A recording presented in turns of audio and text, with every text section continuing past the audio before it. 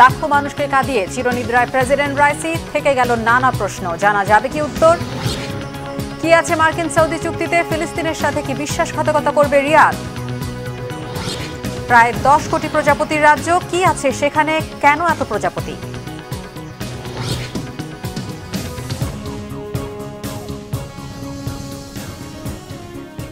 আসসালামু আলাইকুম, দেখছিলেন বাংলাভিশন ওয়ার্ল্ড নিউজ। শিরোনাম: লাখো মানুষকে কাঁদিয়ে চিরবিদায় নিলেন ইরানের প্রেসিডেন্ট ইব্রাহিম রাইসি। জন্মশহর মাশহাদে দাফন করা হলো এই মহান নেতাকে। তবে তিনি বিদায় নিলেও থেকে গেল তার মৃত্যুকে ঘিরে নানা প্রশ্ন আর সন্দেহ। এখনো স্পষ্ট করে জানা যায়নি কিভাবে সেদিন বিধ্বস্ত হয়েছিল রাইসির হেলিকপ্টার। এটা নাশকতা নাকি দুর্ঘটনা, হত্যা নাকি মৃত্যু? কি বলছেন বিশ্লেষকরা? শেষ পর্যন্ত জানা যাবে কি তার মৃত্যুকে ঘিরে তৈরি প্রশ্নগুলোর উত্তর? বিস্তারিত জানাচ্ছেন রিফাত জামান। ঠিক কি ঘটেছিল সেদিন, কিভাবে তার মৃত্যু হয়েছিল, কিভাবে বিধ্বস্ত হয়েছিল হেলিকপ্টারটি? এটি নিখোঁজ দুর্ঘটনা নাকি হত্যা? কারা জড়িত? সত্য কি দেশের ভেতরের নাকি বাইরের? এমন সব প্রশ্ন আর নানা সন্দেহের স্রোতকে পেছনে ফেলে শেষ বিদায় নিলেন ইরানের মহান নেতা প্রেসিডেন্ট ইব্রাহিম রাইসি। চিরনিদ্রায় তাকে শায়িত করা হলো জন্মস্থান মাশহাদে। বুধবার রাইসির কফিনবাহী গাড়িটি রাজধানী তেহরান থেকে প্রায় 750 কিলোমিটার দূরে মাশহাদে নিয়ে যাওয়া হয়। আর এই পুরোটা পথ জুড়েই ছিল এমন বিশাল জনসমুদ্র। পথের নানা বাঁকে বাঁকেই ছিল কালো পতাকা আর রাইসি সহ নিহত নেতাদের ছবি, পোস্টার ও ব্যানার।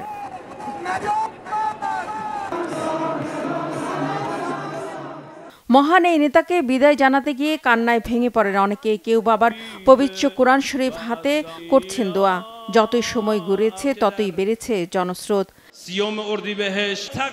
রাইসির শেষ বিদায়ে যোগ দিয়েছিলেন 68টি দেশের প্রতিনিধি। এদের মধ্যে রয়েছেন কাতারের আমির, ভারতের ভাইস প্রেসিডেন্ট জগদীপ ধনকর, পাকিস্তানের প্রধানমন্ত্রী শাহবাজ শরীফ, তালেবান শীর্ষ নেতা মোল্লা বারাদার ও সিরিয়ার প্রধানমন্ত্রী হোসেন আরনুস। প্রেসিডেন্ট রাইসি দুনিয়া থেকে বিদায় নিলেও তার মৃত্যুকে ঘিরে তৈরি হওয়া প্রশ্নগুলো যেন কবরের নিচে চাপা পড়ে না যায়, এমন চাওয়া ইরানের অধিবাসীদের।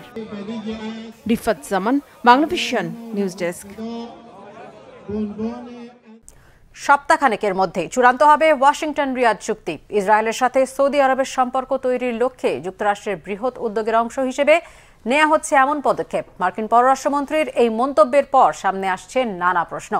তাহলে কি যুক্তরাষ্ট্রের সহায়তার টোপ গিলে ইসরায়েলের পক্ষে যাবে সৌদি আরব, নাকি ফিলিস্তিনের স্বাধীনতার পক্ষে অটল থাকবে দেশটির অবস্থান? বিস্তারিত হাফিজুল ইসলামের ডেস্ক রিপোর্টে। ইসরায়েলের নতুন মিত্র হতে যাচ্ছে সৌদি আরব। পারমাণবিক জ্বালানি, নিরাপত্তা ও প্রতিরক্ষা সহযোগিতার বিনিময়ে স্বাভাবিক হবে রিয়াদ তেল আবিবের সম্পর্ক। আপাতত অসম্ভব শোনালেও যুক্তরাষ্ট্রের এমন প্রত্যাশার পেছনে আছে ভিন্ন মতলব। সৌদিকে ইসরায়েলের পক্ষে নেওয়া গেলে একই পথে হাঁটবে অনেক মুসলিম দেশ। যুক্তরাষ্ট্রের সঙ্গে পূর্ব ঘনিষ্ঠতা থাকলেও ইসরায়েলের সাথে সম্পর্ক তৈরিতে সতর্ক পদক্ষেপে হাঁটছে সৌদি আরব। বিভিন্ন সূত্রে গুঞ্জন রয়েছে তেল আবিবের সাথে চুক্তির দ্বারপ্রান্তে চলে গিয়েছিল সৌদি প্রশাসন, কিন্তু গাজায় আগ্রাসন ও গণহত্যা থামিয়ে দিয়েছে দ্বিপাক্ষিক মিত্রতার অগ্রগতি। সৌদির কঠোর মনোভাবের মাঝেও রিয়াদ তেল আবিবের সম্পর্ক জোড়া দেওয়ার চেষ্টা চালিয়ে যাচ্ছে মার্কিন প্রশাসন। তবে সৌদি আরবের পররাষ্ট্র মন্ত্রণালয় জানিয়েছে 1967 সালের সীমান্ত অনুসারে পূর্ব জেরুজালেমকে রাজধানী করে স্বাধীন ফিলিস্তিন রাষ্ট্রের স্বীকৃতি দিতে হবে। দাবি না মানা পর্যন্ত ইসরায়েলের সঙ্গে কোনো কূটনৈতিক সম্পর্কে যেতে নারাজ দেশটি।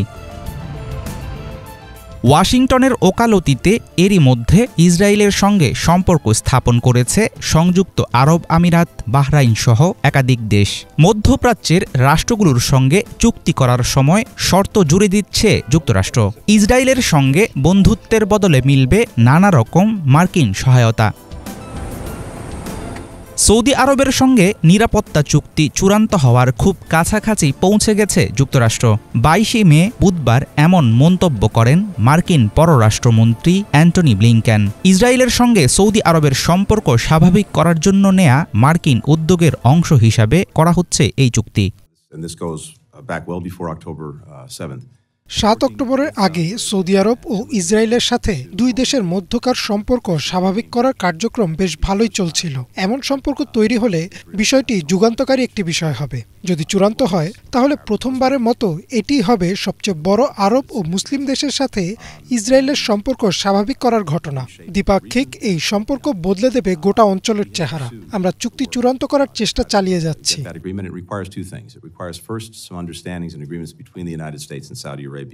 ওয়াশিংটন রিয়াদের মধ্যে চুক্তি সম্পন্ন হলে যুক্তরাষ্ট্রের কাছ থেকে পারমাণবিক জ্বালানি, নিরাপত্তা ও প্রতিরক্ষা সহযোগিতা পাবে সৌদি আরব। তবে ইসরায়েলকে এখনও নিরঙ্কুশ সমর্থন দিচ্ছে যুক্তরাষ্ট্র। সেই সাথে চলমান আছে মার্কিন সামরিক সহায়তা। এমন পরিস্থিতিতে তেল আবিবের সাথে সম্পর্ক গড়ালে সৌদির দিকে যাবে দ্বিমুখী আচরণের তীর। বিশ্বের সবচেয়ে বড় তেল রপ্তানিকারক দেশ সৌদি আরব। তেল নির্ভরতার কারণে পারমাণবিক বিদ্যুৎ উৎপাদন কেন্দ্র নির্মাণে খুবই কম দেশটির আগ্রহ। তবে টেকসই ও নবায়নযোগ্য জ্বালানির উৎস হিসেবে পারমাণবিক সক্ষমতা অর্জন করতে চান সৌদি যুবরাজ মোহাম্মদ বিন সালমান। সে কারণে কাজে লাগতে পারে মার্কিন টোপ। ফিলিস্তিন রাষ্ট্র প্রতিষ্ঠার যে কোনো উদ্যোগ বরাবরই প্রত্যাখ্যান করে আসছেন ইসরায়েলের কট্টরপন্থী প্রধানমন্ত্রী বেনিয়ামিন নেতানিয়াহু। ইসরায়েল সৌদি সম্পর্ক জোড়া লাগাতে গাজায় আগ্রাসন শুরুর পূর্বে একটি ত্রিপক্ষীয় আলোচনার উদ্যোগ নিয়েছিলেন মার্কিন প্রেসিডেন্ট জো বাইডেন। ইসরায়েলের ফিলিস্তিন বিরোধী অবস্থান ও সৌদি আরবের কঠোর মনোভাব দুই মিলে দেখা দিয়েছে একরকম অচলাবস্থা। যুক্তরাষ্ট্র আশাবাদী হলেও সৌদি মার্কিন চুক্তির লক্ষ্য অর্জিত হবে কিনা সেই বিষয়ে কাটেনি অস্পষ্টতা। এখন দেখার বিষয় হচ্ছে রিয়াদের সাথে ওয়াশিংটনের দর কষাকষি শেষ পর্যন্ত কত দূর গড়ায়। হাফিজুল ইসলাম, বাংলা ভিশন। এদিকে ফিলিস্তিনকে স্বাধীন রাষ্ট্র হিসেবে স্বীকৃতি দেওয়ার ঘোষণা দেয়া ইউরোপের 3 দেশের প্রতি কৃতজ্ঞতা প্রকাশ করেছে গাজার আদিবাসীরা। আবারও আশায় বুক বাঁধছে ফিলিস্তিনিরা। ইফাত জাহানের রিপোর্টে বিস্তারিত। বুধবার ফিলিস্তিনকে রাষ্ট্র হিসেবে আনুষ্ঠানিক স্বীকৃতি দিতে নরওয়ে, স্পেন এবং আয়ারল্যান্ডের সরকারের ঘোষণা আসার পর আবারও আশায় বুক বাঁধছে ফিলিস্তিনিরা। এই 3 ইউরোপীয় নেতার পদক্ষেপকে স্বাগত জানিয়ে কৃতজ্ঞতা প্রকাশ করেছে গাজার বাসিন্দারা। এই পদক্ষেপের আমরা প্রশংসা করছি। আমরা এর জন্য কৃতজ্ঞতা জানাই। যেহেতু আমরা গাজায় যুদ্ধের মধ্যে বাস করছি, আমরা বিশ্ব শক্তির কাছে আবেদন জানাই তারা আমাদের পাশে দাঁড়াক, যুদ্ধ বন্ধ করুক। আমাদের জনগণের বাস্তুচ্যুতির অবসান ঘটাতে এবং ইসরায়েলের আগ্রাসন বন্ধ করতে তারা পদক্ষেপ নিক।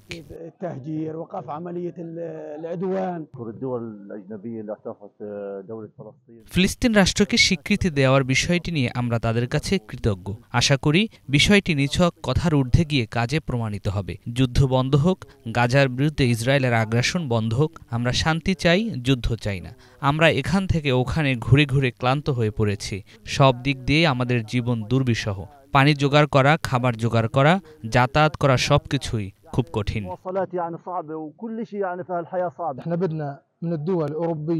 আমরা আশা করি ফিলিস্তিনকে রাষ্ট্র হিসেবে স্বীকৃতি দেওয়ার বিষয়টি শুধু কথাই নয়, বাস্তবেই হবে। আশা করি গাজা উপত্যকায় ত্রাণ সহায়তাগুলো সঠিক পদ্ধতিতে আসবে, যাতে আমরা কাজে লাগাতে পারি, গাজা উপত্যকা পুনর্গঠন করতে সক্ষম হই এবং বিশ্বের সকল মানুষের মতো আমরাও শান্তিতে বসবাস করতে পারি। ইফাত জাহান, বাংলা ভিশন। তাইওয়ানের চারপাশে ব্যাপক সামরিক মহড়া শুরু করেছে চীন। সম্প্রতি তাইওয়ানের নতুন প্রেসিডেন্ট লাই চিংতে এক ভাষণে চীনের নিন্দা জানিয়েছেন। আর এর জেরে শাস্তি হিসেবে এই যৌথ মহড়া চালানো হচ্ছে বলে দাবি করেছে চীন। বিস্তারিত ডেস্ক রিপোর্টে।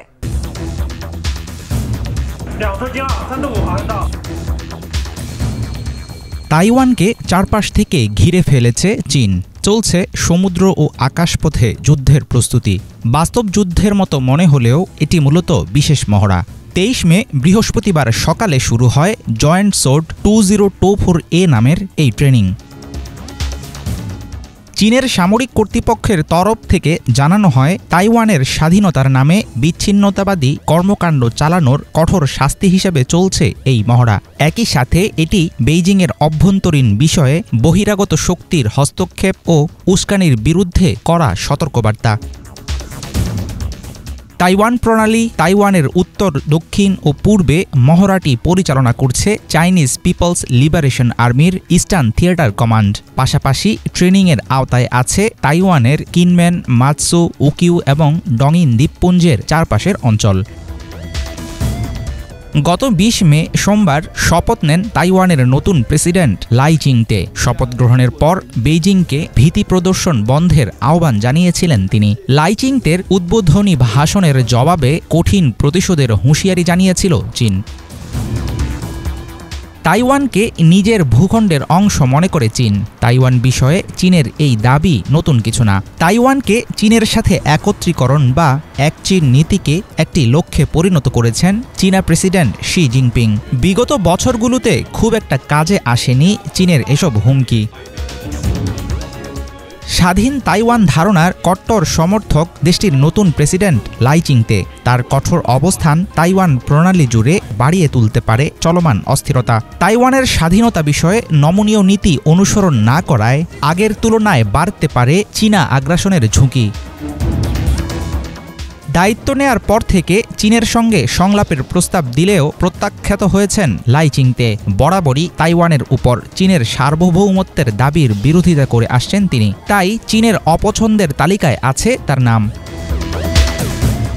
দক্ষিণ চীন সাগরের দ্বীপাঞ্চল তাইওয়ানকে ঘিরে ক্রমেই বেড়েছে উত্তেজনা। দেশটি নিয়ে দুই মেরুতে অবস্থান চীন ও যুক্তরাষ্ট্রের। চীনের এবারের মহড়া উস্কে দেবে ইন্দো প্যাসিফিক অঞ্চলে চলমান অস্থিরতার আগুন। হাফিজুল ইসলাম, বাংলা ভিশন। অনলাইন প্ল্যাটফর্মগুলোতে ফিলিস্তিনিদের আওয়াজকে রুখে দিতে ইসরায়েল ব্যবহার করছে এআই প্রযুক্তির অগণিত কৃত্রিম বট। এই বটগুলোর ফেসবুক আইডি দেখতে সাধারণ ফেসবুক অ্যাকাউন্টের মতোই। সাধারণ ব্যবহারকারীদের আদলে সাজানো থাকে এদের প্রোফাইল। কি এই কৃত্রিম বট, তাদের কাজ কি? বিস্তারিত মীর ফজলে রাব্বির রিপোর্টে। আপনি আপনার ফেসবুক অ্যাকাউন্ট ব্যবহার করে অনেকের সাথেই মেসেজিং করছেন, বিভিন্ন পোস্টে কমেন্ট করছেন, কিন্তু আপনি কি জানেন যাদের সাথে আপনি চ্যাট করছেন কিংবা যাদের পোস্টে আপনি কমেন্ট শেয়ার করছেন তারা মানুষ নাকি এআই? চলমান ফিলিস্তিন ইসরায়েল যুদ্ধকে কেন্দ্র করে যেমন ড্রোন আক্রমণ, বোমা হামলা চলছে, তেমনই চলছে সোশ্যাল মিডিয়ায় সাইবার আক্রমণ। অনলাইন প্ল্যাটফর্মগুলোতে ফিলিস্তিনিদের আওয়াজকে রুখে দিতে ইসরায়েল যে আর্টিফিশিয়াল ইন্টেলিজেন্স বা এআই প্রযুক্তি ব্যবহার করছে তা দেখে যে কারো চোখ কপালে উঠে যেতে বাধ্য। একজন ইন্টারনেট ব্যবহারকারী অবশ্যই বট শব্দটি শুনে থাকবেন। বট হচ্ছে রোবট শব্দের একটি সংক্ষিপ্ত রূপ। বট একটি স্বয়ংক্রিয় কম্পিউটার প্রোগ্রাম যা ইন্টারনেটের মাধ্যমে কাজ করে থাকে। বিশেষ কাজের জন্য বিশেষ ধরনের বট প্রোগ্রাম ব্যবহার করা হয়। কিছু বট নিজে থেকেই কাজ করে, আবার কিছু বটকে ইনপুট ব্যবহার করে কাজ করানো হয়। এআই প্রযুক্তির মাধ্যমে অগণিত কৃত্রিম বট তৈরি করেছে ইসরায়েল। এই বটগুলোর ফেসবুক আইডি দেখতে সাধারণ ফেসবুক অ্যাকাউন্টের মতোই। সাধারণ ব্যবহারকারীদের আদলে সাজানো থাকে এদের প্রোফাইল। এই বটগুলোর কাজ হলো ফিলিস্তিনের পক্ষে দেওয়া ফেসবুক পোস্টগুলো খুঁজে বের করে সেগুলোতে ইসরায়েলের সাফাই গেয়ে কমেন্ট করা। এক্ষেত্রে সামাজিক মাধ্যমে জনপ্রিয় ভেরিফাইড প্রোফাইলগুলোকে বেছে নেয় বটগুলো। পাবলিক ফিগারদের কমেন্ট বক্সে দেশ বিদেশের হাজার হাজার কমেন্টের ভিড়ে কমেন্ট করতে থাকে এসব বট। টার্গেট করা হয় গাজা, ফিলিস্তিন, ফ্রি প্যালেস্টাইন ইত্যাদি হ্যাশট্যাগ দেওয়া পোস্টগুলো। ফিলিস্তিনের পক্ষে বা গাজার জন্য সাহায্য চেয়ে কোনো পোস্ট করা হলে সেখানে ইসরায়েলের পক্ষে কথা বলা শুরু করে বট। বটের করা কমেন্টে সেকেন্ডের মধ্যেই রিপ্লাই দিয়ে দেয় আরেকটি বট। বটগুলো একটি আরেকটিকে ফলো দিয়ে নিজেদের মধ্যে একটি কমিউনিটি গড়ে তোলে, আর এভাবেই ধীরে ধীরে ইসরায়েলের পক্ষে কমেন্ট, হ্যাশট্যাগ ও এঙ্গেজমেন্ট বাড়াতে থাকে বটগুলো। এখন প্রশ্ন হচ্ছে কিভাবে শনাক্ত করা যাবে এসব বটগুলোকে?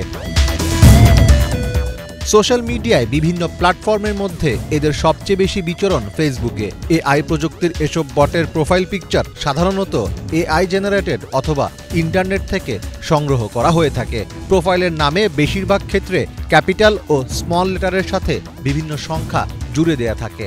ব্যবহারকারীর তেমন কোনো বিস্তারিত তথ্য দেয়া থাকে না। বটগুলোর কমেন্ট অনেকটা একই ধাঁচের হয়ে থাকে। এসব বট সাধারণত ভাইরাল বিভিন্ন কন্টেন্ট শেয়ার দিয়ে তাদের রিচ বাড়িয়ে নেয়। এছাড়া তারা ইমোশনাল ছবি অথবা ভিডিও পোস্ট দিয়ে থাকে যাতে তাদের রোবট ভেবে কেউ সন্দেহ না করে। বট শনাক্ত করার আরেকটি উপায় হচ্ছে অ্যাক্টিভ স্ট্যাটাস। এরা প্রায় 24 ঘন্টাই অনলাইনে অ্যাক্টিভ থাকে। যেহেতু এদের খাওয়া, ঘুম বা বিশ্রামের প্রয়োজন হয় না, তাই সবসময় এরা তাদের এজেন্ডা বাস্তবায়নে সক্রিয় থাকতে পারে। ইউরোপীয় আইন প্রয়োগকারী গ্রুপ ইউরোপোলের একটি গবেষণা বলছে 2026 সালের মধ্যে অনলাইনের 90% কন্টেন্টই হবে AI জেনারেটেড। তাই ভবিষ্যতের কথা মাথায় রেখে প্রযুক্তির অন্ধকার দিক সম্বন্ধে এখন থেকেই সতর্ক থাকতে হবে। মীর ফজলে রাব্বি, বাংলা ভিশন। চীনের ইউনান প্রদেশের দুটি গ্রাম যেন প্রজাপতির রাজ্য। গ্রাম দুটি পরিদর্শন করে বিশেষজ্ঞরা ধারণা করছেন অঞ্চলটিতে নতুন প্রজাপতির সংখ্যা প্রায় 10 কোটিতে পৌঁছতে পারে। প্রকৃতির এমন অপরূপ দৃশ্য প্রাণ জুড়াচ্ছে পর্যটকদের। ইফাত জাহানের রিপোর্টে বিস্তারিত। চীনের ইউনান প্রদেশের হংহেহানি এবং অটোনোমাস প্রিফেকচার গ্রামে প্রস্তুতি পর্ব শেষে 1 কোটি প্রজাপতি বেরিয়ে এসে দর্শনার্থীদের নজর কাড়ছে। প্রকৃতির এমন অপরূপ দৃশ্য প্রাণ জুড়াচ্ছে যে কারো।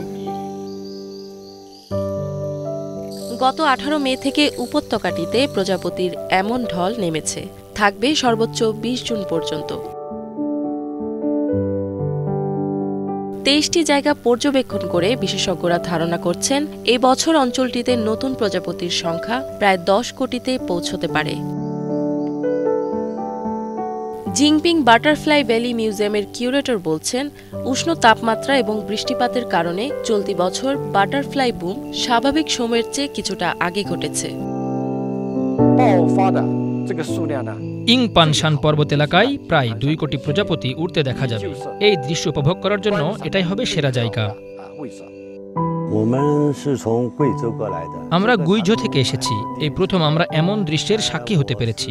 একজন পরিবেশ ফটোগ্রাফার হিসেবে আমি বিভিন্ন জায়গায় অসংখ্য প্রজাপতি দেখেছি, তবে এমন দৃশ্য আমার জন্য এই প্রথম।